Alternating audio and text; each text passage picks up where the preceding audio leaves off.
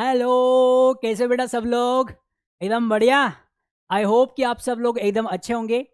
हमारा first lecture था बेटा इस टॉपिक का, वो आई होप आप सब लोग ने देखा होगा। और अगर आपको उसके ऊपर कुछ होमवर्क मिला है तो वो आप अभी सॉल्व कर रहे होंगे। उसमें जितने भी कॉन्सेप्ट्स है बेटा वो सब आपने कवर किए होंगे, आपने सबने वो लेक्चर देखा होगा तो आपको समझ में भी आया होगा, ऐसा मैं यहाँ पे कंसिडर कर रहा हूँ। और आज हम उसी का नेक्स्ट पार्ट जो है वो कंटिन्यू करने जा रहे हैं। But before we start today's lecture, थोड़ा सा क्विकली हम जो फर्स्ट लेक्चर में हुआ था ना उसको एक बार रिवाइज कर लेते बेटा। उसमें बेसिकली हमने 4 ही पॉइंट डिस्कस किए थे। सबसे पहला था बेटा सेट क्या होता है। सेट क्या होता है याद आ रहा है किसी को? Set is a well defined collection of distinct object, ये डेफिनेशन थी सेट की। इसके बाद हमने क्या देखा था बेटा कि सेट को कितने मेथड से हम लिखते हैं। तो सेट को लिखने के बस 2 ही मेथड्स हमारे सिलेबस में बेटा। सबसे पहली मेथड कौन सी? लिस्टिंग मेथड और रोस्टर मेथड, बराबर। और दूसरा कौन सा बेटा? सेट बिल्डर, और उसको हम क्या बोलते हैं? सेट बिल्डर या फिर रूल मेथड। ये 2 मेथड से बेटा, लिस्टिंग और रोस्टर दोनों एक ही है। दूसरा सेट बिल्डर और रूल मेथड, तो यही 2 मेथड्स हमारे सिलेबस में है। उसके बाद हमने देखा था बेटा कि सेट के 4 टाइप्स होते हैं। कौन से? सबसे पहला होता है सिंगलटन सेट। सिंगलटन मतलब जिसमें एक ही एलिमेंट होता है। उसके बाद एम्प्टी सेट या फिर नल सेट, जिसमें एक भी एलिमेंट नहीं होता, वो पूरा खाली होता है ना। एम्प्टी ऐसे ब्रैकेट से हम दिखाते या फिर उसको फाई के सिंबल से दिखाते, बराबर ना। तीसरा टाइप कौन सा था बेटा? तीसरा टाइप था फाइनाइट सेट। फाइनाइट मतलब क्या? उसके अंदर जितने भी एलिमेंट्स है ना वो काउंटेबल होते हैं, मतलब उसको हम काउंट कर सकते हैं। और चौथा टाइप था बेटा इनफाइनाइट सेट, जिसमें जो एलिमेंट्स होते हैं ना वो अनकाउंटेबल होते हैं। कुछ याद आ रहा है? ऐसा हमने दिखाया था, डॉट डॉट डॉट लास्ट में, जैसे 1 2 3 है ना, इसके बाद डॉट डॉट डॉट, मतलब ये कहां तक जा रहा है हमें नहीं पता। उसके अंदर जो एलिमेंट्स है ना उनको हम काउंट नहीं कर सकते, तो उसको हम बोलते हैं बेटा इनफाइनाइट सेट। और उसके बाद एक लास्ट बिट हमने देखा था बेटा इक्वल सेट क्या होता है ना। तो इक्वल सेट मतलब क्या? ऐसे 2 सेट जिसके जो एलिमेंट्स है ना वो एग्जैक्टली सेम होंगे दोनों भी सेट के अंदर, उन सेट्स को हम क्या बोलेंगे बेटा? Equal set. आई होप सबको ये टॉपिक एकदम क्लियर है, यहां तक सबको क्लियर है। तो अभी हम आगे बढ़ सकते हैं। सो आर यू रेडी? चलो स्टार्ट कर दे बेटा। तो आज के लेक्चर में हम क्या क्या कवर करने वाले एक बार देख लेते हैं। तो सबसे पहले बेटा वेन डायग्राम देखेंगे हम। उसके बाद है सबसेट क्या होता है, देन यूनिवर्सल सेट क्या होता है, और कॉम्प्लीमेंट ऑफ अ सेट क्या होता है। बहुत ही इंटरेस्टिंग होने वाला है आगे का जो कॉन्सेप्ट है वो, और बहुत इंटरेस्टिंग कॉन्सेप्ट्स आपको सीखने को मिलेंगे, तो बने रहो बेटा। तो हम स्टार्ट करते हैं विद द वेन डायग्राम। तो सबसे पहला आज का टॉपिक है हमारा वैन डायग्राम। अब देखो बेटा, जो भी चीजें हम देखते हैं पढ़ते हैं ना वो हमें पिक्चर के फॉर्म में अगर दिया जाए ना तो बहुत अच्छा लगता है, हमारा माइंड उसको जल्दी ग्रास्प भी कर लेता है, बराबर ना।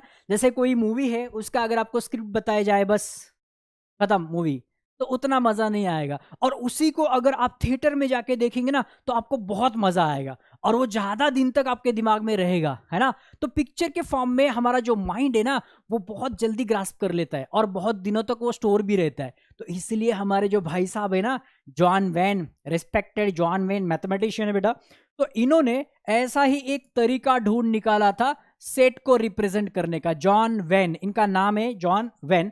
तो सेट को रिप्रेजेंट करने का तरीका इन्होंने फाइंड आउट किया था, जिससे कि सेट को, मतलब सेट के अंदर जो एलिमेंट्स लिखते हैं ना उसको हम क्लोज फिगर के अंदर लिख सकते हैं। मतलब एक पिक्चर के फॉर्म में दिखेगा, वो एक डायग्राम के फॉर्म में दिखेगा, और इसलिए हम इसे क्या बोलते हैं बेटा? वेन डायग्राम, क्योंकि जॉन वेन नाम के मैथमेटिशियन इसको फाइंड आउट किया था, और इसीलिए इसको हम क्या बोलते हैं बेटा?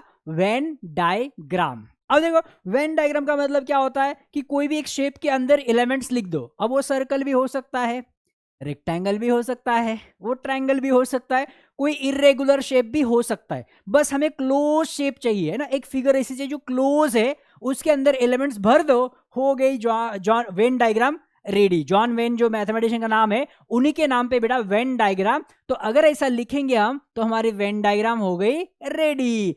तो जस्ट एग्जाम्पल के लिए हम देखते बेटा, मैं यहाँ पे एक शेप ले रहा हूं बेटा, रेक्टेंगल, है ना। इसके अंदर मैं कुछ एलिमेंट्स लिख रहा हूं, पहले इसको नाम देते हैं। इसको नाम देंगे बेटा सपोज सेट ए, है ना। और इसके अंदर कुछ एलिमेंट्स लिख रहा हूं मैं, 1 2 3 4 5, बराबर। तो ये 5 एलिमेंट्स मैंने रेक्टेंगल के अंदर लिख दिए, और इसी को हम क्या बोलेंगे बेटा? Venn diagram. मतलब ये जो सेट है ए सेट है हमारा, जैसे इसी को अगर मैं रोस्टर फॉर्म में लिखूंगा तो ऐसा आएगा। ए सेट के अंदर बेटा 1 2 3 4 और 5 एलिमेंट्स है, तो इसको हमने वेन डायग्राम के फॉर्म में ऐसा लिखा है ना। हमारे मैथमेटिशियन जो है इन्होंने हमें नया तरीका दे दिया वेन डायग्राम का, तो इसी सेट को जो हम पहले लिखते थे ना ऐसे, इसको हम ऐसे लिखेंगे in the form of Venn diagram, है ना। इसी को अगर मैं कोई अलग शेप लेता हूं, जैसे अभी मुझे सर्कल लेना है, मेरा फेवरेट है सर सर्कल, तो ले लो, कुछ फर्क नहीं पड़ता। तो इसी को हम अभी सर्कल के फॉर्म में ऐसे लिखेंगे, फिर ए सेम ही, बस शेप चेंज होगा, तो उसका कुछ फर्क नहीं पड़ता, आप कोई भी शेप ले लो, कोई भी शेप ले लो, कुछ फर्क नहीं पड़ता। ओके बेटा, यहाँ पे शेप मैटर नहीं करता है, बस हमें वो क्लोज फिगर होनी चाहिए, उसके अंदर वाला जो स्पेस है ना वो इंपॉर्टेंट है, ये रिप्रेजेंट करता है हमारा सेट। क्लियर बेटा। तो यहां से फिर वेन डायग्राम की डेफिनेशन क्या बनेगी, वैसे तो आपको डेफिनेशन कोई पूछेगा नहीं, बट जस्ट आपके अंडरस्टैंडिंग के लिए मैं आपको लिख के देता हूं कि रिप्रेजेंटेशन ऑफ सेट, डेफिनेशन क्या बनेगी बेटा, representation of set in the form of close figure, है ना। मतलब सेट को अगर हम क्लोज फिगर के फॉर्म में रिप्रेजेंट करेंगे तो उसे हम क्या बोलते बेटा, उसे हम बोलेंगे वेन डायग्राम। तो इज कॉल्ड, यहां पे लिखेंगे is called Venn diagram. Clear बेटा।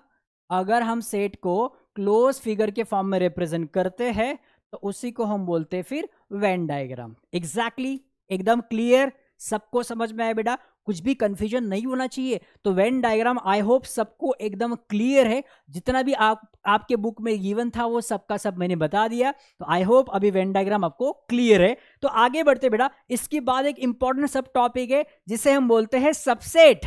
अब ये सबसेट क्या होता है, सबसेट को समझने के लिए मैं आपको बहुत ही सिंपल सा एग्जांपल देता हूं बेटा। जैसे कि देखो, आपके स्कूल में बहुत सारे स्टूडेंट्स हैं, है ना, और उसमें भी आपके 9th स्टैंडर्ड में कुछ स्टूडेंट्स है ना। तो ये आपके स्कूल के अंदर आने वाले सारे के सारे स्टूडेंट्स और ये 9th स्टैंडर्ड में आने वाले स्टूडेंट्स, बराबर बेटा। तो ये इसका एक छोटू सा पार्ट है ना, एक छोटू सा पार्ट है, इस बड़े सेट का एक छोटा सा पार्ट है। तो इसी को हम क्या बोलेंगे बेटा, ये हो जाएगा फिर हमारा सबसेट। क्लियर है एकदम, कॉन्सेप्ट तो क्लियर है ना। अभी एग्जांपल्स दे दूंगा मैं बहुत सारे, तो उससे और क्लियर हो जाएगा। बस कॉन्सेप्ट क्लियर है क्या, मुझे बताओ कि एक बड़ा सेट है और उसके अंदर एक छोटा सा सेट है, उसके अंदर एक छोटा सा सेट है, तो उस छोटे सेट को हम क्या बोलेंगे बेटा, सबसेट बोलेंगे। मतलब स्टूडेंट्स फ्रॉम 9th क्लास, इसका जो सेट है वो एक सबसेट है किसका, स्टूडेंट फ्रॉम यूर स्कूल। आपके स्कूल में बहुत सारे स्टूडेंट्स है ना, और 9th स्टैंडर्ड में भी कुछ स्टूडेंट्स है, तो वो आपके स्कूल के इतने सारे स्टूडेंट में से कुछ स्टूडेंट्स है, तो उसको हम बोलेंगे बेटा सबसेट। क्लियर। तो इसका एक एग्जाम्पल भी देखते हैं मैथमेटिकल फॉर्म में, तो और अच्छे से समझ में आएगा। तो एग्जाम्पल देखो बेटा, मैं यहाँ पे कुछ नंबर्स लिखता हूँ, मतलब एक सेट ही लिखता हूँ, तो 1 2 3 4 और 5, राइट। ए सेट के अंदर 5 एलिमेंट्स है मेरे पास, और बी सेट में मैं कुछ एलिमेंट्स यहां पे लिख रहा हूं बेटा। बी सेट में एलिमेंट्स है सपोज मेरे पास 2 और, करेक्ट। अब देखो, आइडियली सबसेट का डेफिनेशन क्या होता है मैथमेटिकली, सबसेट का डेफिनेशन होता है बेटा कि ऐसा सेट जिसके सारे के सारे एलिमेंट्स दूसरे किसी सेट के अंदर हो। अब इसके एलिमेंट्स कौन से बेटा, 2 और 4, तो ये सारे के सारे एलिमेंट्स देखो, 2 है, हाँ है, 4 भी है, हाँ है, इसका मतलब इस सेट के लिए बड़ा सेट हो गया, और इसके सारे के सारे एलिमेंट इसके अंदर है ना, तो इसका मतलब ये वाला जो सेट है ना, तो यहां पे लिखेंगे बेटा B is a subset of A. Is it clear. ये जो छोटा सेट जो होता है ना, वो सबसेट होता है बड़े सेट का। बट कंडीशन क्या है बेटा, कि छोटे सेट के सारे एलिमेंट उस बड़े सेट के अंदर होने चाहिए। उसके पास एक्स्ट्रा भी हो सकता है, जैसे 1 3 5 ये सब एक्स्ट्रा है, इसके पास नहीं है, तो उससे हमें क्या लेना देना यार, वो तो बड़ा सेट है ना, तो उसके पास तो बाकी के भी एलिमेंट्स होंगे। बट हमारे सेट के सारे एलिमेंट उसके पास है क्या, देखो बस है ना, तो फिर हमारा सेट उसका क्या हो जाएगा बेटा, सबसेट हो जाएगा। बस इतना ही हमें यहां पे समझना है सबसेट के लिए। क्लियर। तो आई होप सबसेट अभी आपको क्लियर होगा। इसी को अगर मैं डायग्राम के फॉर्म में यहां पे आपको दिखा दूं ना, तो आपको और क्लियर हो जाएगा। एक मिनट रुको, अभी हमने वेन डायग्राम तो ऑलरेडी देख ही चुके ना हम, तो हम वेन डायग्राम भी यहाँ पे ड्रॉ करते हैं। देखो बेटा, जैसे कि मैं यहाँ पे एक डायग्राम एक सर्कल लिया मैंने यहाँ पे, और एक सर्कल लेते हैं, ठीक है। और इसको मैं ऐसे लिखता हूँ बेटा कि ये मेरा ए सेट है और ये जो है ना ये बी सेट है, राइट। अब वेन डायग्राम के फॉर्म में लिखते टाइम पे ना आपको बस इतना याद रखना है बेटा कि सबसे अंदर वाला जो सेट है ना उसके एलिमेंट पहले लिखो, उसके एलिमेंट पहले लिखो। तो मैं यहां पे लिखूंगा बेटा 2 4। वो क्यों सर, ऐसा क्यों कर रहे हैं हम, तो मैं बताता हूं। देखो 2 और 4 मैंने लिख दिया, 2 और 4 है ना। अब 2 और 4 बी के अंदर है, बट इसका मतलब ये तो नहीं ना कोई ए के अंदर नहीं है, वो तो ए के अंदर भी है ना। देखो B is already a subset of A, तो जो मैंने बी के अंदर 2 और 4 लिखा है वो ए के अंदर भी है, क्योंकि ए तो उससे बाहर है ना। ए के अंदर ये भी सब भी पोर्शन आता है, ये वाला एरिया भी ए के अंदर आता है। तो ए के 2 और 4 भी हमने लिख दिए, तो ए के 2 और 4 तो हमने लिख दिए जो कि बी के अंदर लिख दिए, बट वो ए के अंदर भी आ रहे हैं। तो अभी ए के अंदर कौन कौन बाकी, फिर 1 3 और 5, तो 1 3 और 5 हम इधर लिख देंगे, 1 3 और 5। क्लियर है बेटा, एकदम क्लियर, सबको समझ में आया कि यही सबसेट बेटा वेन डायग्राम के फॉर्म में मैं ऐसे लिख सकता हूं, है ना। जो बी के अंदर जो दिख रहा है आपको सर्कल के अंदर 2 4, वो ए का भी है, क्योंकि ए के अंदर भी ये वाला पोर्शन आता है। इसलिए मैं बोल रहा हूं ना कि वेन डायग्राम के फॉर्म में जब भी लिखते हैं तब सबसेट वाले एलिमेंट्स पहले लिखने हैं। वो हो गए, उसके बाद बचे हुए ए के अंदर आएंगे। मतलब ए के अंदर कौन कौन से एलिमेंट है यहाँ पे, अभी 1 5 3 2 4, मतलब 1 2 3 4 5 ये सब एलिमेंट्स ए के अंदर है, इस डायग्राम में भी है। और बी के अंदर बस 2 और 4 है जो कि हमें यहाँ पे दिया हुआ है। क्लियर बेटा, तो ये हो जाएगा इस सेट का सबसेट वेन डायग्राम के फॉर्म में। आई होप यहां तक क्लियर है। और ये वाला जो सिंबल है ना, ये सिंबल होता है बेटा सबसेट के लिए, ये सिंबल सबसेट के लिए होता है। तो इसको हम कैसे पढ़ेंगे, फिर इसको हम पढ़ेंगे बेटा B is subset of A. Clear, B is subset of A ऐसे पढ़ेंगे। ये वाला सिंबल है बेटा, ये ऐसा कर और उसके नीचे एक छोटी सी लाइन होगी, तो उसे हम बोलते हैं सबसेट। एकदम क्लियर है। चलो और कुछ एग्जांपल्स देखते तो इससे और भी क्लियर हो जाएगा ये वाला टॉपिक। अब मैं कुछ एग्जांपल्स यहाँ पे देता हूं आपको, आप मुझे बताएंगे ये हो सकता है कि नहीं हो सकता है। मैं कुछ लिख रहा हूं यहाँ पे, जैसे देखो n is subset of i, is it true. क्या नेचुरल नंबर इंटीजर का सबसेट होगा, या फिर इससे भी पहले एक लिख देता हूं, natural number is a subset of whole number, is it true.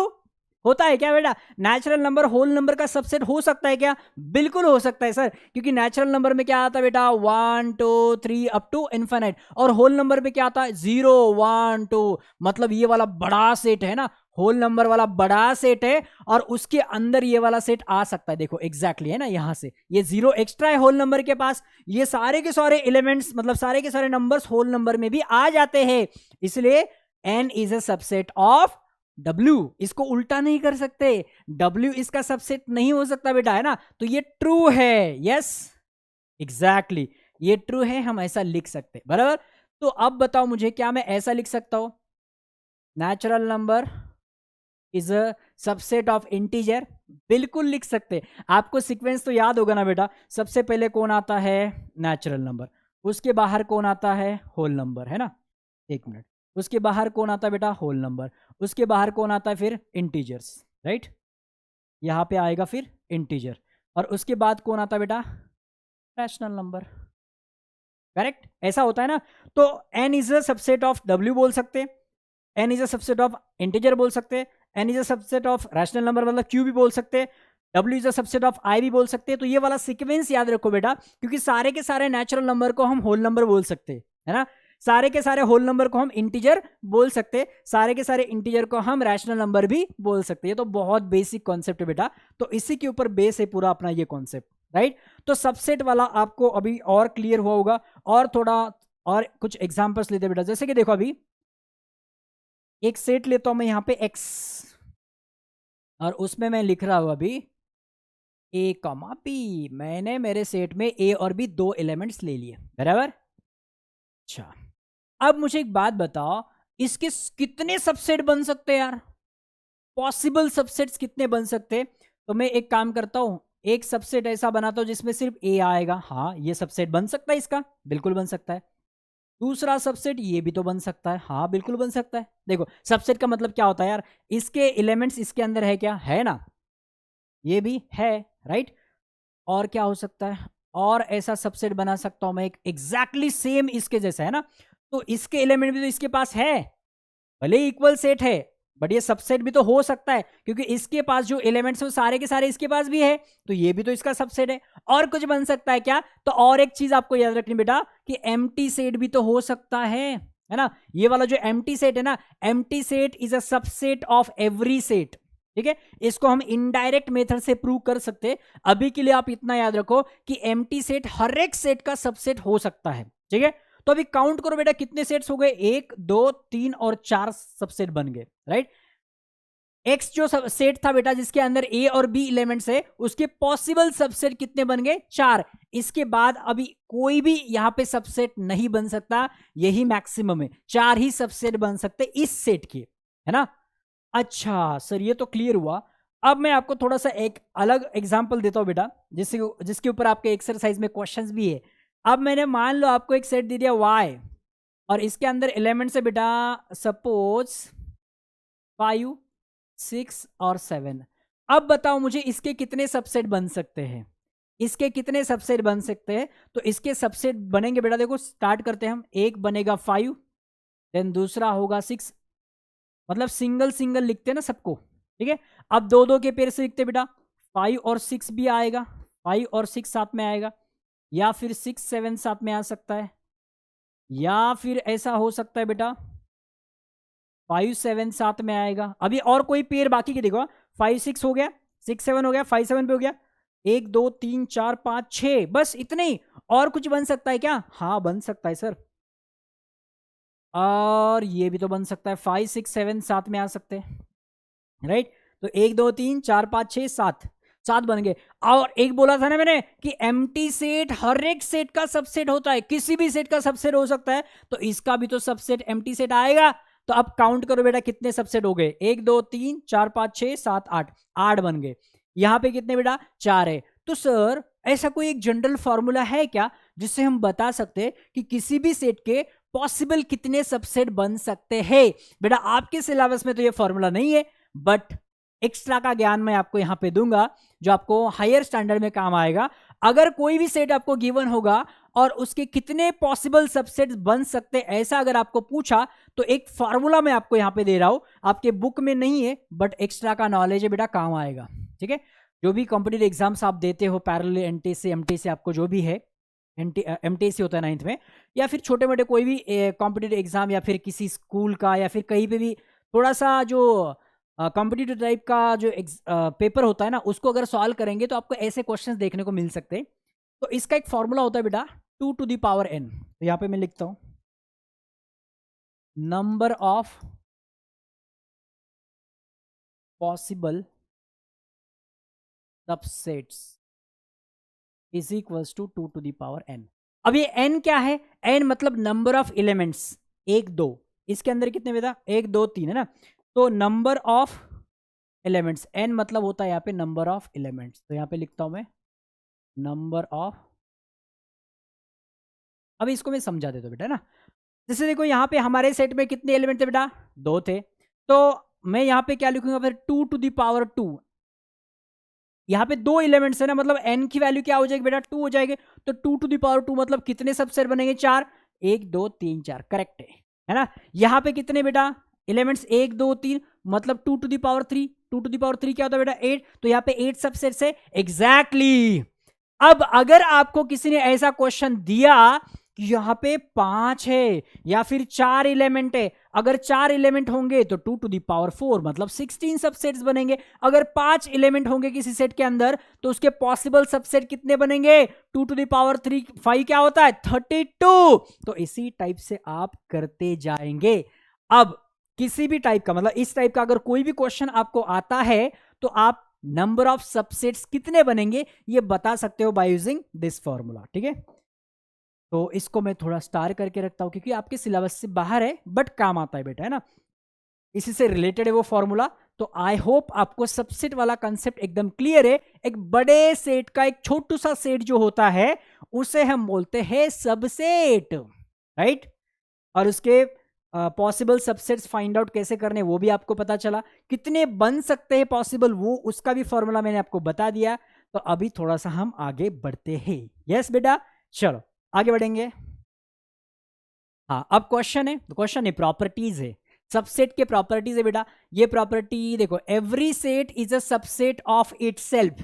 हर एक सेट है ना वो खुद का तो सबसेट होता ही है। कैसे सर, एग्जांपल दो। लो बेटा एग्जांपल लो। एक सेट मैंने ले लिया 1 2 3, और दूसरा सेट मतलब वही है ना, ए सेम सेट है। तो मैं फिर से एक बार लिख देता हूं।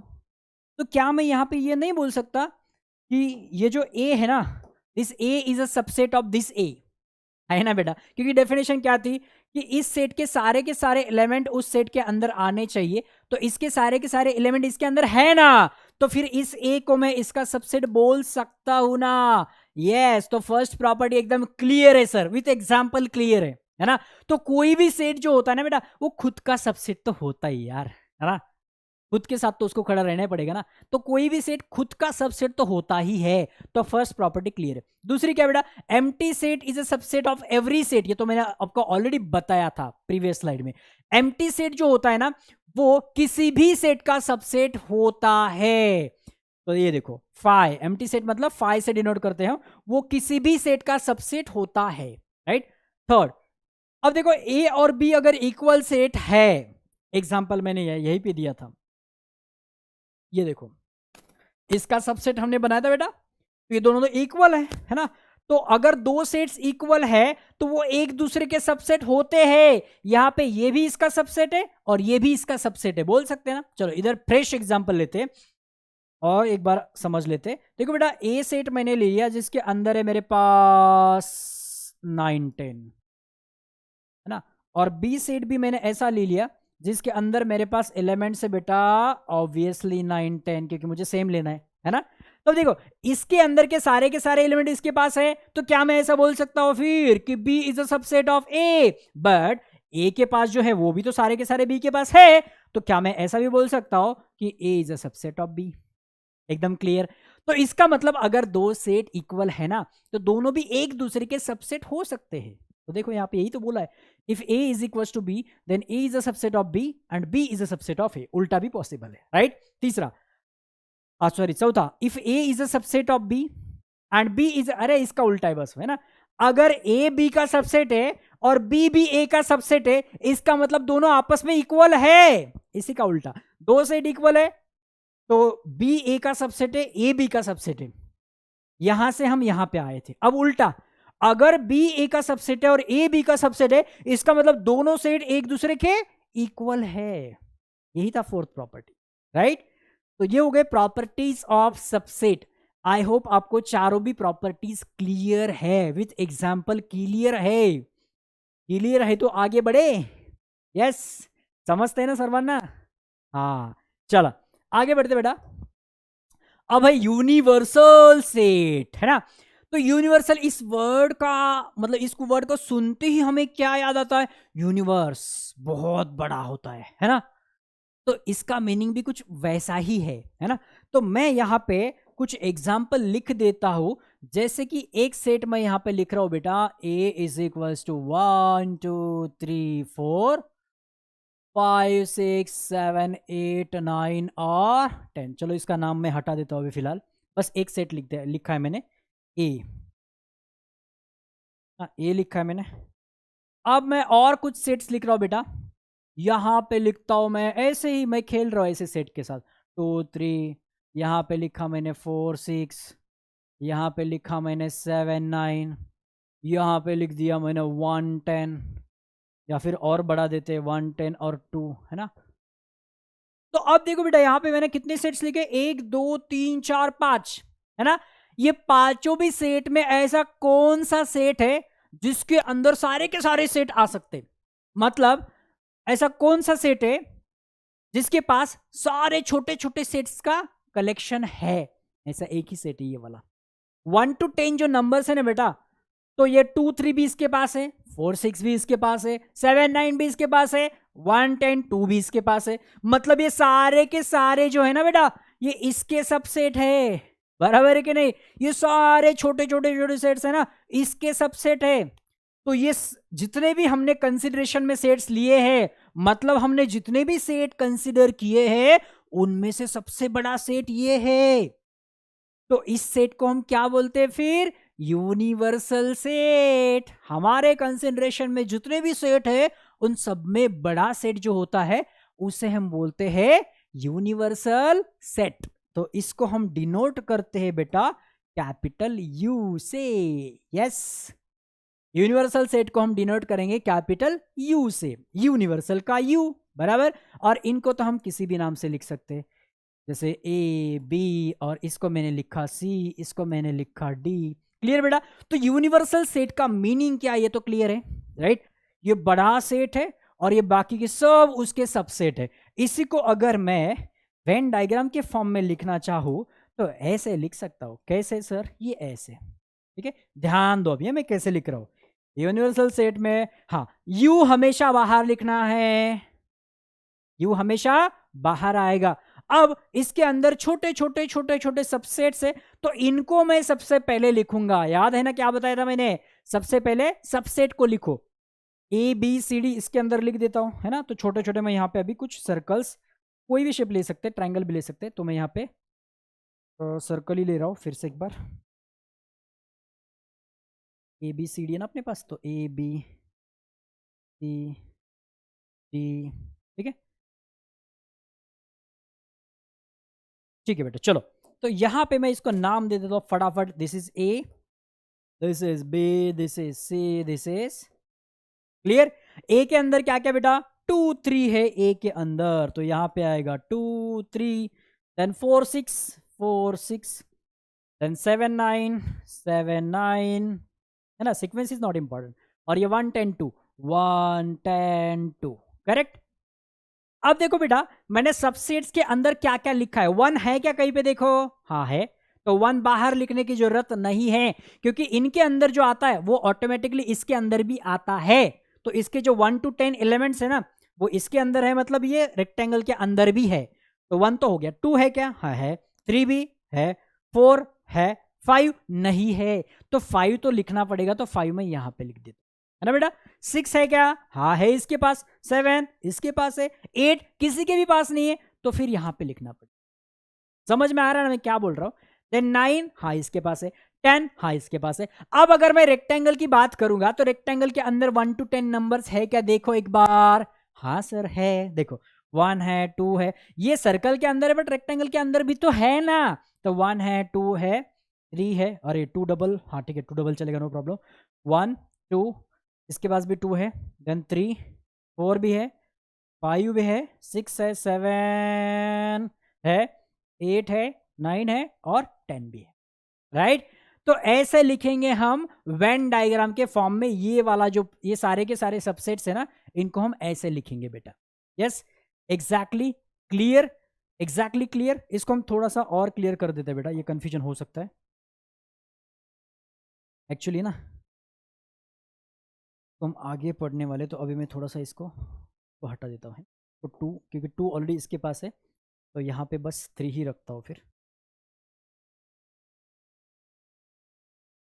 वो इंटरसेक्शन हम बाद में देखने वाले बेटा, तो इसलिए मैंने उसको हटा दिया, ठीक है? अब देखो 1 2 3 4 2 2 तो रिपीट होता, बस उसको मैंने हटा दिया, बाकी तो पूरा क्लियर है। तो इस सारे के सारे एक बड़े सेट के सबसेट है, एंड दैट्स व्हाई दैट बड़ा set is called as universal set.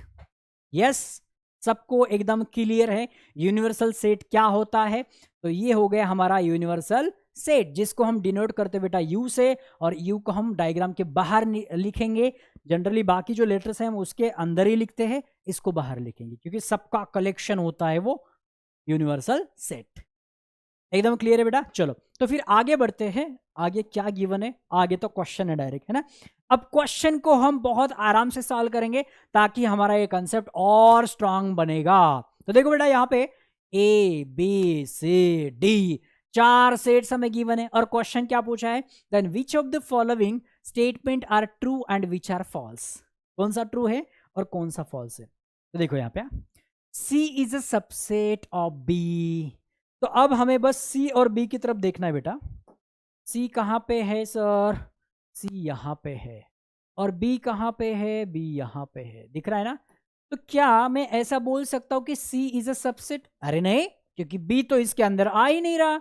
हमारा सबसे पहला कंडीशन क्या है सबसेट का, कि अगर सी इसका सबसेट है तो सी के सारे एलिमेंट बी के अंदर आने चाहिए, बट बी तो नहीं आ रहा है। डी है बट सारे चाहिए थे ना, तो ये नहीं आ रहा है, बी इसके अंदर नहीं है, इसलिए ये फॉल्स हो जाएगा, बराबर ना। ये हो गया फिर फॉल्स। तो इसका आंसर हम क्या लिखेंगे बेटा, ये है। अगर आपको रीजन लिखना है एग्जाम में, तर कसं लिहायचं मग रीजन? रीजन आपण असं लिहिणार कि B belongs to C.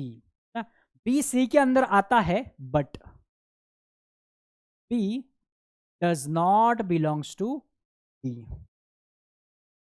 B C के अंदर तो आ रहा है, बट यही बी ना डी के अंदर, कहा गया वो, सॉरी, डी के अंदर चाहिए ना। बी जो है ना वो सी के अंदर तो आ रहा है, बट बी जो है वो बी के अंदर नहीं आ रहा है, इसलिए ये सी जो है इसका सबसेट नहीं हो सकता, क्योंकि सबसेट का कंडीशन हमें क्लियर है। ठीक है बेटा, चलो अब सेकंड देखो, A is a subset of D बोल रहा है। ए डी का सबसेट हो सकता है क्या? ए कहां पे है? ए डी का सबसेट डी। अच्छा, तो ए के जो एलिमेंट्स है ना, बी देखो यहां पे भी, बी इसके पास नहीं है ना, सी भी तो नहीं है, टी भी तो नहीं है, एक भी नहीं होगा ना तो सबसेट रिलेशन बना ही नहीं सकता। तो यहाँ पे तो बहुत सारे ऐसे एलिमेंट्स है जो कि डी के पास नहीं है, तो यहाँ पे मैं डायरेक्टली लिख रहा हूँ बेटा भी फॉल्स, है ना। बाकी एक्सप्लेनेशन तो आप ऐसा लिख सकते हैं, है ना। कोई भी एक आधा एलिमेंट या फिर सारे के सारे लिख दो कि B C D belongs to A but does not belongs to D, and that's why it is not a subset. Next, D is subset of B पूछ रहा है कि डी बी का सबसेट हो सकता है क्या? तो डी हो सकता है क्या बी का सबसेट? देखो एक बार, ये डी है और ये बी है, तो डी के पास ए और ई है, बट इसके पास ए तो नहीं है ना। देखो डी इसका सबसेट है क्या, चेक कर रहे हैं हम, तो इसके पास ए है बट इसके पास ए है क्या, नहीं है, तो ये भी हो जाएगा फॉल्स। क्या होगा? फॉल्स। अब फोर्थ देखो बेटा, फोर्थ फोर्थ फोर्थ फोर्थ इसका आंसर मैं यहां पे लिख रहा हूं, D is a subset of A. D is a subset of A. D कहां पे है? यहीं पे है। ए कहां पे है? यहां पे है। तो डी के पास ए ई है, इसके पास ए भी है, ई भी है। समझ में आ रहा है ना? डी के सारे एलिमेंट्स इसके पास है, तो D is a subset of A, तो इसको हम बोलेंगे ट्रू, राइट, क्योंकि सारे के सारे एलिमेंट्स उसके पास है। देन क्या बेटा, B is a subset of A. B subset है क्या ए का, चेक करना है हमें, तो बी कहां पे है? यहां पे। तो सी डी ई एफ है क्या? C D E, but F नहीं है यार, एक एलिमेंट नहीं है, इसकी वजह से ये सबसेट नहीं हो सकता। सी डी ई है, C D E, but F नहीं है ना, तो ये हो जाएगा बेटा फॉल्स। नेक्स्ट, अब ये वाला देखो, सी इज अ सबसेट ऑफ ए है क्या, चेक करते। सी इज अ सबसेट ऑफ ए है क्या? सी कहां पे है सर? यहां पे है। सी में क्या क्या आता है? बी डी आता है, बी और डी आता है, तो बी है, डी है, दोनों भी है ना। इसके अंदर जितने भी एलिमेंट्स थे ना बेटा, वो सब के सब इसके अंदर आ रहे हैं, और इसलिए B sorry C is a subset of A, तो ये वाला भी हो जाएगा बेटा ट्रू, राइट। आई होप सबको क्लियर है अभी कि सबसेट है कि नहीं, कैसे चेक करना है। जो भी सबसेट है ऐसा अगर ऐसा अगर बोल रहे, तो उसके सारे के सारे एलिमेंट दूसरे सेट के अंदर प्रेजेंट होने चाहिए, तभी ये इसका सबसेट हो सकता है, बराबर। चला पुढे बघा, take the set of natural numbers from 1 to 20, है ना। 1 से लेके 20 तक हमें नेचुरल नंबर का सेट लेना है, और आगे क्या बोल रहा है, and show set X and Y using Venn diagram. तो ये जो एक्स और वाई है ना, इनको वेन डायग्राम के फॉर्म में हमें लिखना है। पहले समझ तो लेते एक्स और वाई क्या है, क्योंकि सेट बिल्डर फॉर्म में दिया है बेटा। X is a set of all X such that X belongs to natural number. अच्छा, एक्स नेचुरल नंबर है, बट एक्स 7 से बड़ा है और 15 से छोटा है। अच्छा, ऐसे नेचुरल नंबर जो 7 से बड़े हैं और 15 से छोटे हैं, तो 7 से बड़ा मतलब सर 8 होता है ना। 8 9 10 11 12 13 और 14 ही आएगा, क्योंकि 15 से छोटा भी बोला है, तो यही आएगा एक्स सेट के अंदर, ए नहीं एक्स। एक्स के अंदर वाले एलिमेंट्स तो हमें मिल गए सर। अच्छा, अब y के अंदर क्या आता है चेक करते हैं। देखो y is a set of all y such that y belongs to natural number, y एक natural number है and y is a prime number from 1 to 20, 1 से लेके 20 तक के सब प्राइम नंबर्स। तो स्टार्ट करें, क्या आएगा पहला प्राइम नंबर 1। नहीं, ये वाली गलती कभी नहीं करनी बेटा। 1 is neither a prime number nor a composite number. 1 जो आहे ना, 1 जो आहे ना तो प्राइम नंबर पण नसतो आणि कंपोजिट पण नसतो। बरेच जण इथेच चुकतात, 1 ला पण प्राइम म्हणतात। प्राइम नंबर स्टार्ट होतात 2 पासून, 2 3 5 7 9 9 11 आएगा, देन 13 17 और 19।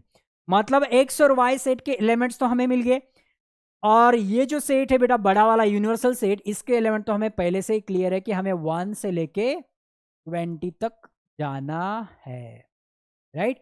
1 से 20 तक के एलिमेंट हमें लेने। बट इसको यार वेन डायग्राम के फॉर्म में बोला है उन्होंने, वेन डायग्राम के फॉर्म में इसको रिप्रेजेंट करके बताओ, कौन सी बड़ी बात है यार, बहुत ही सिंपल है। देखो यू है ना, अब सबसे पहले सबसेट को फिल करना है बोला था मैंने वेन डायग्राम के फॉर्म में, बचा हुआ जाएगा यूनिवर्सल सेट में। अब एक सबसेट अंदर लेते हैं हम, थोड़ा अलग शेप लेते हैं अभी, ओवल शेप लेते, चलो कुछ तो अलग, कुछ तो तूफानी करते हैं अभी। हाँ, ओवल नहीं हुआ, थोड़ा इधर लेते, और एक चाहिए हमें, और थोड़ा अलग कलर कलर खेलते हैं। अरे नहीं ठीक है ठीक है ठीक है, अब तो आएगा, कलर खेले, ये देखो बराबर। ओए ये क्या हो गया, तो 2, हाँ चलो। अब इसको बोलेंगे हम x, और इसको मैं बोलता हूँ y, इसको मैं बोलता हूँ y। x के अंदर क्या है बेटा 8 9 10 11 12 13 14 है ना। 8, एक्चुअली इसको अलग अलग रिप्रेजेंट करेंगे बेटा, तो अलग अलग कर 2 बना देते। x को अलग, मतलब 2 क्वेश्चन है बेटा, दोनों को अलग अलग करते हैं, सो डोंट वरी, 2 मिनट में हो जाएगा। ये है हमारा पहला क्वेश्चन, कौन सा, यूनिवर्सल सेट के अंदर x को हमें लिखना है, तो यूनिवर्सल के अंदर मैं बस x को लिख रहा हूँ अभी। x के अंदर क्या क्या है बेटा 8 9 10 11 12, 8 9 10 11 12 13 और हमारे यूनिवर्सल सेट में तो 1 से लेके 20 तक है, तो 8 तक तो हमें लिखना ही पड़ेगा भाई। क्या क्या आएगा फिर 1 2 3 4 5 6 7 8 9 10 11 12 13 14 तो हो गया। अब इसके आगे 15 16 17 18 19 और राइट। तो ये हो गया हमारा पहले क्वेश्चन का आंसर। जो x के अंदर आता था उसको छोड़ के बाकी सब हमने बाहर लिख दिया, तो फर्स्ट क्वेश्चन कंप्लीट है। यूनिवर्सल सेट था हमारा 1 to 20 और x के अंदर ये वाले एलिमेंट्स थे, हमने लिख दिए। अब सेम ऐसा ही हमें सेकंड क्वेश्चन यहाँ पे सॉल्व करना है बेटा, और सेकंड क्वेश्चन में हम क्या करेंगे फिर, अब हम ये वाला सेट यहाँ पे ड्रॉ करेंगे। ये देखो एक रेक्टेंगल ले लिया मैंने, तो दिस इज यूनिवर्सल सेट है ना, और इसके अंदर हमारा y सेट आएगा, तो y सेट को हम लेंगे और एक कोई अलग शेप ही ले लेते हैं। ओके इसको हम बोलेंगे y, और y के अंदर एलिमेंट्स कौन कौन से हैं 2 3 5 7, तो 2 3 5 7 11 13 17 और राइट। इनको छोड़ के 1 से लेके 20 तक, इनको छोड़ के बाकी के सारे कहां पे आ जाएंगे, यहां पे इस रीजन में आ जाएंगे बेटा, इस वाले रीजन में आ जाएंगे। तो अब यहां पे 1 लिखना पड़ेगा, 2 3 है, 4 लिखना पड़ेगा, 5 है, 6 लिखना पड़ेगा, 7 इसमें है, 8 लिखना पड़ेगा, 9 नहीं है, 10 भी नहीं है, 11 है, 12 नहीं, 13 है, 14 नहीं, 15 नहीं, 16 नहीं, 17 है, 18 नहीं, 19 है, 20 नहीं। तो ये हो गया हमारा सेकेंड क्वेश्चन, और ये था हमारा first question. Yes I hope सबको क्लियर है, ये दोनों भी क्वेश्चंस हमने कैसे सॉल्व किए, एकदम आसान थे बेटा।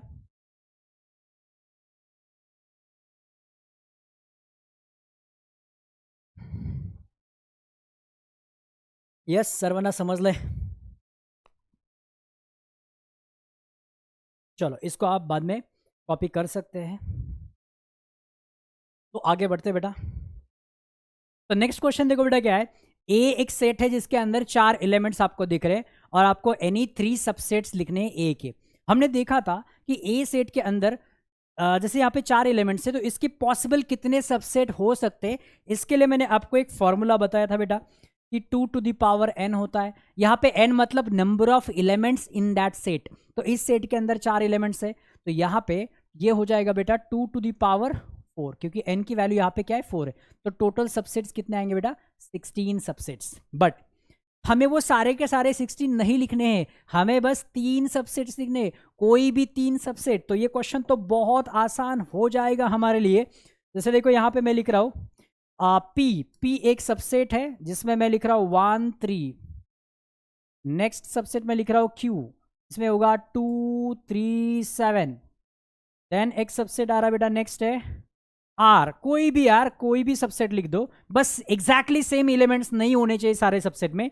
अब मैं लिख रहा हूँ सपोज 2 7 है ना, हो गए मेरे तीनों सेट अलग अलग है ना। तो ये 3 सबसेट्स है गिवन सेट के, दैट्स इट। तो इस क्वेश्चन का आंसर हो गया। अगर पूछते हैं कि कितने पॉसिबल सबसेट बन सकते हैं तो 2 टू द पावर 4 करेंगे क्योंकि नंबर ऑफ एलिमेंट्स 4 है, तो 16 सबसेट्स आएंगे, राइट। चलो नेक्स्ट है बेटा, which set of numbers could be the universal set for the sets given below। मतलब ये जो सेट्स गिवन है ना इनके लिए यूनिवर्सल सेट कौन से सेट बन सकते हैं, मतलब ये सारे के सारे जो सेट है ये कौन से सेट के सबसेट बन सकते हैं। तो देखते हैं एक बार। ए सेट क्या बोल रहा है, सेट ऑफ मल्टीपल ऑफ 5। तो 5 के मल्टीपल्स वाला सेट क्या होता है यार, 5 के मल्टीपल वाला सेट तो 5 10 15 20 25 बराबर ना। तो 5 का टेबल चलता रहेगा। ओके तो ए के अंदर ये ऐसे सारे एलिमेंट्स आ जाएंगे, ठीक है। तो बी के अंदर क्या आता बेटा, और बी के अंदर आएगा यहां पे मल्टीपल्स ऑफ 7, मतलब 7 का टेबल चलता रहेगा। तो 7 14 21 डॉट डॉट डॉट डॉट चलता रहेगा। Then set of multiples of 12, तो 12 के मल्टीपल्स में क्या आएगा बेटा 12 24 36, ये चलता रहेगा। तो ये सारे के सारे सेट्स है ना बेटा, ये किस सेट के सबसेट बन सकते हैं, मतलब ये सारे के सारे नंबर, ऐसा कौन सा सेट है जो सारे के सारे नंबर्स उस सेट के अंदर आएंगे। तो बड़ा सिंपल है यार, नेचुरल नंबर वाला सेट अगर लिया मैंने तो हाँ ये सारे के सारे नंबर कवर हो जाएंगे, क्योंकि इस सेट में 5 के बाद आने वाले सारे नंबर से वो तो नेचुरल नंबर में होते, 7 के बाद आने वाले सारे नंबर वो भी नेचुरल नंबर में होते, और 12 के बाद आने वाले सारे नेचुरल नंबर, मतलब वैसे तो 6 के मल्टीपल है, सॉरी 12 के मल्टीपल है, तो सारे के सारे 12 के मल्टीपल नेचुरल नंबर में आते ना यार। तो इसका जो यूनिवर्सल सेट है, क्या मैं नेचुरल नंबर लिख सकता हूँ, हाँ बिल्कुल लिख सकते हैं, बिल्कुल लिख सकते हैं। अच्छा नेचुरल नंबर अगर लिख सकते हैं तो इंटीजर भी लिख सकते हैं, क्योंकि नेचुरल नंबर खुद इंटीजर का एक सबसेट होता है। तो इंटीजर में जितने नंबर्स है ना उसके अंदर ये भी सारे के सारे नंबर्स आ जाएंगे, क्योंकि इंटीजर में ये तो होते ही है, नेगेटिव नंबर्स भी होते हैं बराबर। अगर ऐसा है तो फिर होल नंबर भी आएगा, होल नंबर में भी तो जीरो के आगे सारे के सारे नंबर होते, और यहाँ पे भी तो सारे पॉजिटिव नंबर्स है ना। तो ये इसके बाद आप रैशनल नंबर भी ले सकते हैं बराबर। तो ये सारे के सारे सेट जो है एज अ यूनिवर्सल सेट काम कर सकते हैं यहाँ पे, क्लियर बेटा। नेक्स्ट देखते हैं पी क्या है, set of integers which are multiple of 4। अच्छा 4 के मल्टीपल, पी मतलब क्या है 4 के मल्टीपल, तो 4 8 12 ऐसा चलता रहेगा। अरे ये भी तो नेचुरल नंबर इंटीजर और होल नंबर में आ सकता है, मतलब इनका भी यूनिवर्सल सेट ये बन सकता है। देन क्या है T, T is a set of all even square numbers, सारे के सारे इवन नंबर के स्क्वायर्स, मतलब 2 का स्क्वायर 4 का स्क्वायर 6 का स्क्वायर, तो ये भी तो इनके अंदर आएंगे ना यार। 2 का स्क्वायर क्या होता है 4, 4 का स्क्वायर क्या होगा 16, 6 का 36। तो ये सारे के सारे नंबर नेचुरल नंबर में भी आते, इंटीजर में भी आते, होल नंबर में भी आते, तो ये इसके लिए यूनिवर्सल सेट बन सकते हैं। तो हमारा दोनों भी क्वेश्चंस के लिए फाइनल आंसर क्या होगा ये वाला। इनफैक्ट आप रैशनल नंबर भी ले सकते हैं, वो भी आएगा, क्योंकि रैशनल नंबर में भी ये सारे नंबर्स आ सकते और ये सारे नंबर भी तो रैशनल नंबर है ना, तो वो भी यूनिवर्सल सेट बन सकता है। तो चलो बेटा आगे बढ़ते हैं। Right the subset relation between the following sets. इनका सबसेट रिलेशन हमें लिखना है बेटा। ये क्वाड्रिलैटरल की एक कंप्लीट फैमिली है। कंप्लीट मतलब इसमें और भी कुछ मिसिंग है, जैसे ट्रेपेजियम मिसिंग है, काइट मिसिंग है, बट ये सारे के सारे क्वाड्रिलैटरल की फैमिली में आते हैं। और हमें अगर सबसेट रिलेशन लिखना है ना, तो ये फैमिली का एक दूसरे के साथ क्या रिलेशन है वो समझना पड़ेगा। अब मान लो यार कोई एक जॉइंट फैमिली बहुत बड़ी, तो वहां पे आपको क्लियर पता होना चाहिए ना कौन किसका बेटा है, कौन किसके पापा है, कौन किसके दादा है। ये सब हायरार्की आपको क्लियर होनी चाहिए ना, तभी तो आप बता पाएंगे यार कौन किसके अंडर आता है ना। क्योंकि बहुत सारे भाई होते हैं, उनके बहुत सारे बेटे, तो कौन किसके अंडर लाई करता है वो तो पता होना चाहिए ना। कौन किसका बाप है, कौन किसका दादा है, कौन किसका नाना है, कौन किसका चाचा है, ये सब पता होना चाहिए। तो यहाँ पे मैं आपको क्वाड्रिलैटरल की यहाँ पे जितने मेंबर्स दिए ना, सबकी फैमिली डायग्राम यहाँ पे बताता हूँ, जिससे कि आपको पूरा का पूरा क्वेश्चन एकदम क्लियर हो जाएगा, कोई भी कंफ्यूजन नहीं रहेगा। देखो सबसे पहले इस फैमिली में आता है क्वाड्रिलैटरल। कौन आता है? क्वाड्रिलैटरल।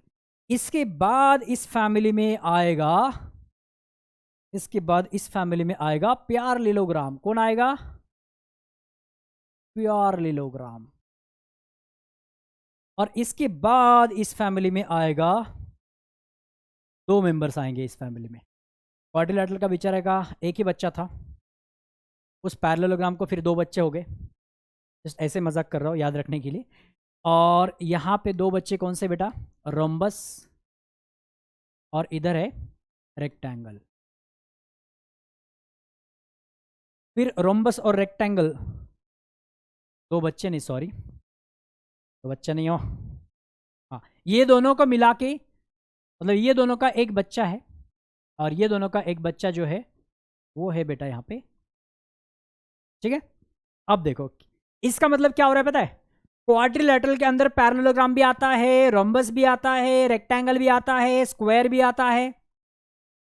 तो क्या मैं ऐसा बोल सकता हूं कि पैरेललोग्राम ये क्वाड्रिलैटरल का ही सबसेट है, इसी का एक छोटा सा पार्ट है? हाँ बोल सकता हूं। रोम्बस भी तो छोटा सा पार्ट है क्वाड्रिलैटरल का, रेक्टेंगल भी छोटा सा पार्ट है, स्क्वायर भी इसका छोटा सा पार्ट है। तो ये चारों भी इसी के छोटे छोटे पार्ट है, ये इसके अंदर ही आते हैं। तो क्या मैं इनका सबसेट रिलेशन अभी लिख सकता हूं? बिल्कुल लिख सकते। क्वाड्रिलैटरल मतलब कौन है? एक्स, और ये बाकी सब एक्स के सबसेट है। तो वाई से स्टार्ट करते। y is subset of x, s is subset of x, t is subset of x, v is subset of x। Clear बेटा? यहां तक क्लियर है? अभी आगे का रिलेशन बता दो। देखो अब पैरेललोग्राम के अंडर ये दोनों कैसे आते हैं सर? पैरेललोग्राम का यार पैरासाइड, चलो सबसे पहले क्वाड्रिलैटरल के अंदर पैरेललोग्राम क्यों आता है? क्वाड्रिलैटरल का सिंपल डेफिनेशन है कि मुझे बस चार साइड वाला क्लोज फिगर चाहिए, जो कि सारे के सारे चार साइड वाले क्लोज फिगर है, इसलिए क्वाड्रिलैटरल के अंदर ये सब सारे आते हैं, बराबर। अब पैरेललोग्राम के अंदर ये सब कैसे क्या आते हैं? क्योंकि पैरेललोग्राम का सिंपल डेफिनेशन है कि हमें अपोजिट साइड्स पैरेलल चाहिए। भाई सब में है, रोम्बस में भी है, स्क्वायर में भी है, रेक्टेंगल में भी है ना। तो सारे के सारे फिगर्स में अपोजिट साइड्स पैरेलल है, इसलिए पैरेललोग्राम में ये सारे आते हैं। तो क्या मैं अब ऐसा लिख सकता हूँ, rhombus is a subset of parallelogram, ये भी इसका सबसेट है और ये भी इसका सबसेट है, फटाफट, है ना। तो रोम्बस मतलब कौन है यहाँ पे देख लो एक बार, वाई, y और पैरेललोग्राम कौन है? t। तो y is subset of t। Colour change करें,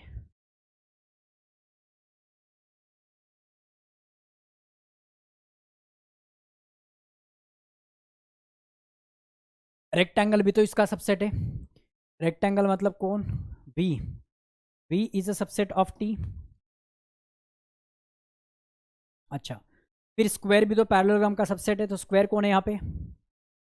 s, s is a subset of t। Okay sir, इतने रिलेशन क्लियर है? अच्छा, मतलब इसके साथ हमने सारे रिलेशन देखे सबके। अब एक काम करते हैं, अब इसके साथ तो इसका, अच्छा इसका भी बना दिया, स्क्वायर का बना दिया, हाँ तीनों का भी बना दिया, स्क्वायर का भी बना दिया, करेक्ट। इसके साथ ये तीनों के भी रिलेशन हो गए।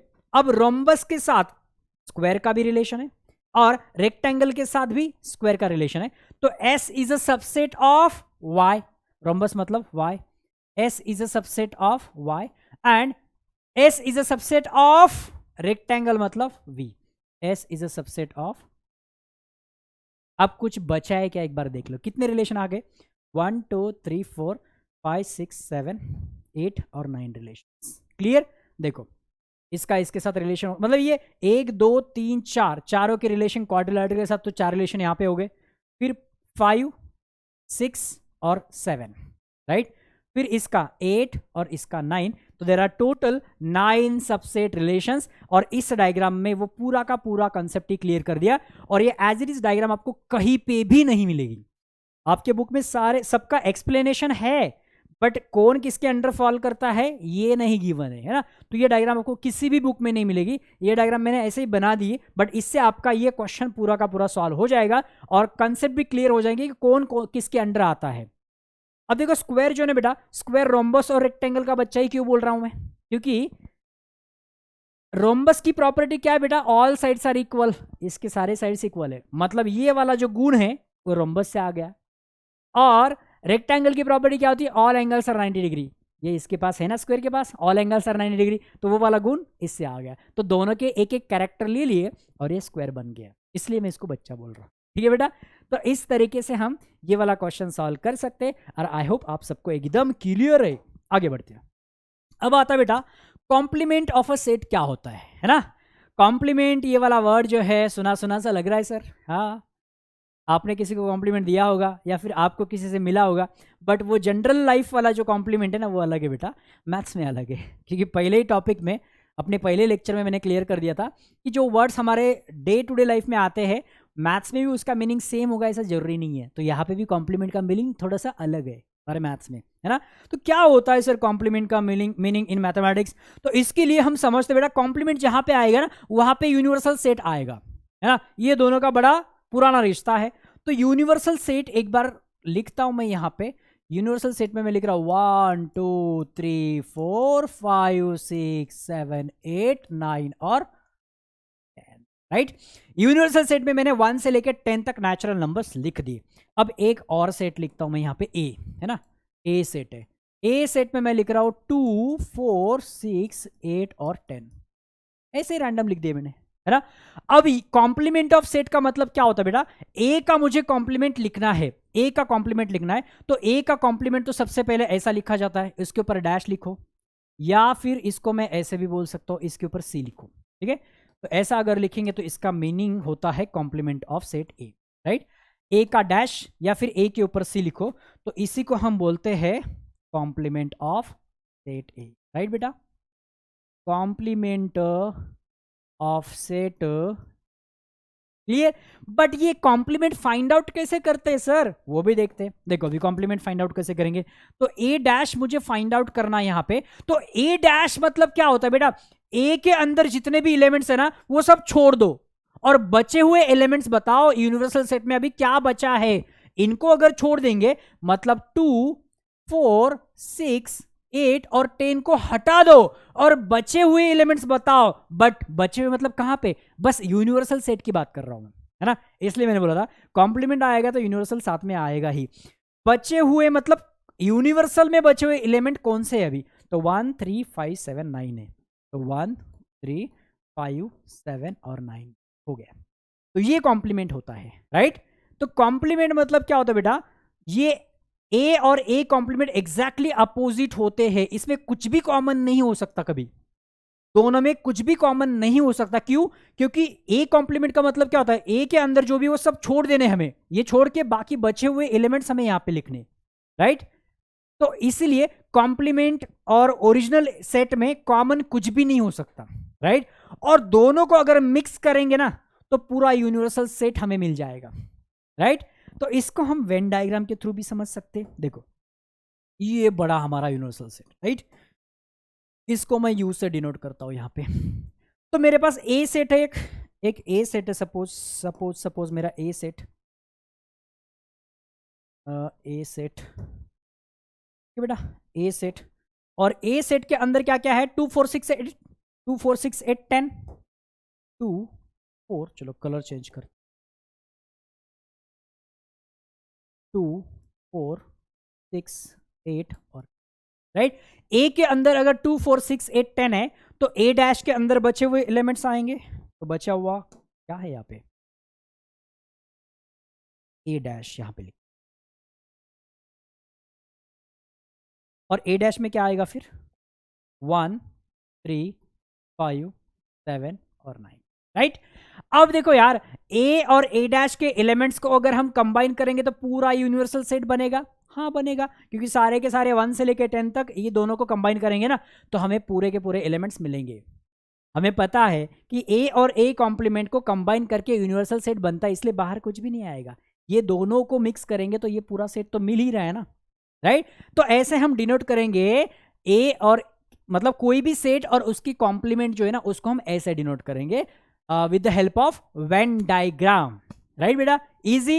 यूनिवर्सल सेट को हम हमेशा मतलब जनरली रेक्टेंगल शेप में ही डिनोट करते हैं, रिप्रेजेंट करते हैं, ठीक है, और उसको यू से ही हम लिखते हैं। क्लियर। चलो फिर आगे बढ़ते हैं। आई होप ये क्लियर है। तो इसके कुछ प्रॉपर्टीज हम देखेंगे अभी बेटा। देखो सबसे पहले प्रॉपर्टी मैंने ऑलरेडी बताया था आपको, no elements are common in A and A dash. मतलब किसी सेट में और उसके कॉम्प्लीमेंट कुछ भी कॉमन कभी होता ही नहीं है, क्योंकि दोनों एग्जैक्टली अपोजिट होते हैं। तो आई होप ये प्रॉपर्टी आपको क्लियर है। ये मैंने बता दिया था ऑलरेडी कि दोनों में कुछ भी कॉमन नहीं होता है। अब देखो यहाँ पे क्या बोल रहा है, A is a subset of universal set. यहीं पे देख लेते ना, A is a subset of universal set, क्योंकि इसके अंदर जो एलिमेंट्स है सारे के सारे इसके अंदर है, और ए कॉम्प्लीमेंट जो है वो भी तो यूनिवर्सल सेट का सबसेट है।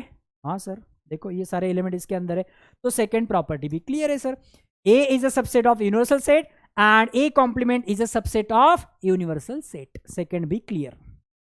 थर्ड है, कॉम्प्लीमेंट ऑफ सेट यू, मतलब यूनिवर्सल सेट का कॉम्प्लीमेंट हो जाएगा एम्प्टी सेट। अब ये कैसे सर?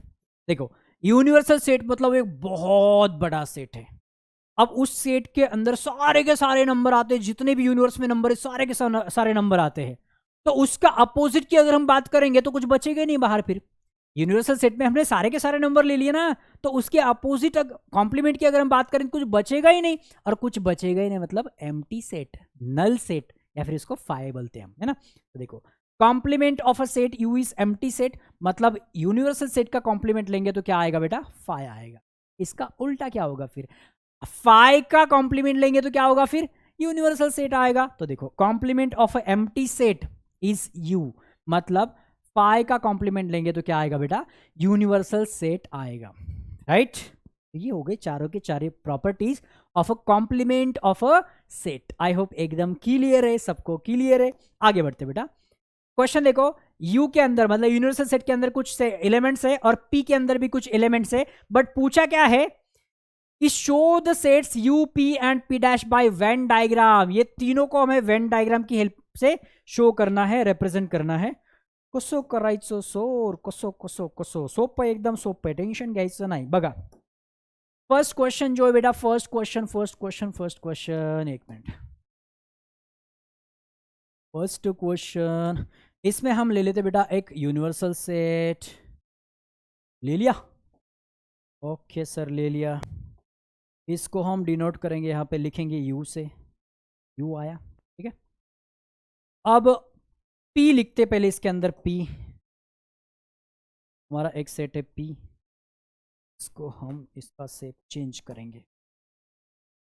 पी लिखे, पी के अंदर क्या क्या बेटा? 1 3 7 और 10, 1 3 7 और 10। तो अगर P के अंदर 1 3 7 10 है, तो फिर P डैश के अंदर क्या आएगा? P डैश के अंदर आएगा बचा हुआ। कहां से ले देखेंगे वो? यूनिवर्सल सेट से देखेंगे।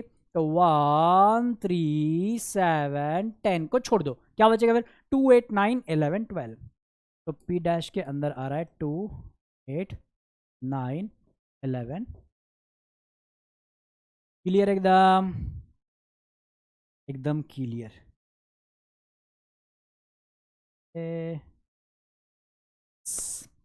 तो इनको मतलब फर्स्ट क्वेश्चन तो हमारा हो गया कि U P and P dash को हमने वेन डायग्राम की हेल्प से लिख दिया। अब सेकंड क्या बोल रहा है पता है? कि वेरीफाई करो कि किसी कॉम्प्लीमेंट का कॉम्प्लीमेंट करेंगे तो सेम सेट आएगा। किसी भी सेट का हो सकता है ये, बट पहले प्रूव करते हैं, है ना।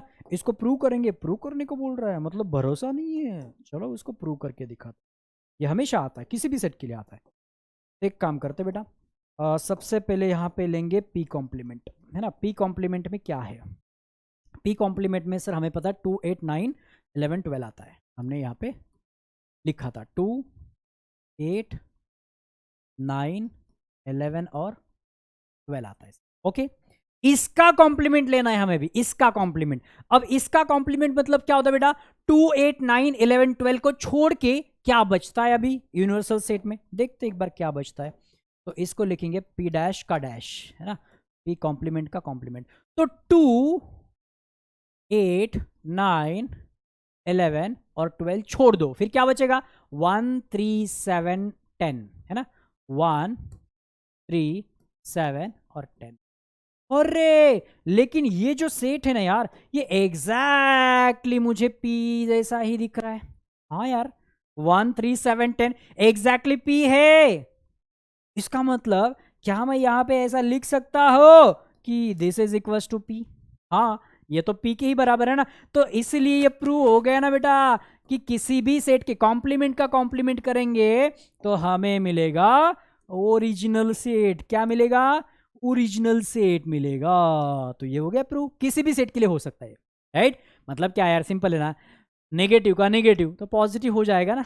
तो वैसे ही है, कॉम्प्लीमेंट का कॉम्प्लीमेंट तो वो सेम सेट आएगा। तो ये प्रॉपर्टी हो गई प्रूव। तो आगे बढ़ते हैं और आगे हमारे पास एक क्वेश्चन है, let all the students of a class is a universal set. आपकी क्लास में जितने भी स्टूडेंट्स हैं उसको आप कंसिडर करो कि एक यूनिवर्सल सेट है।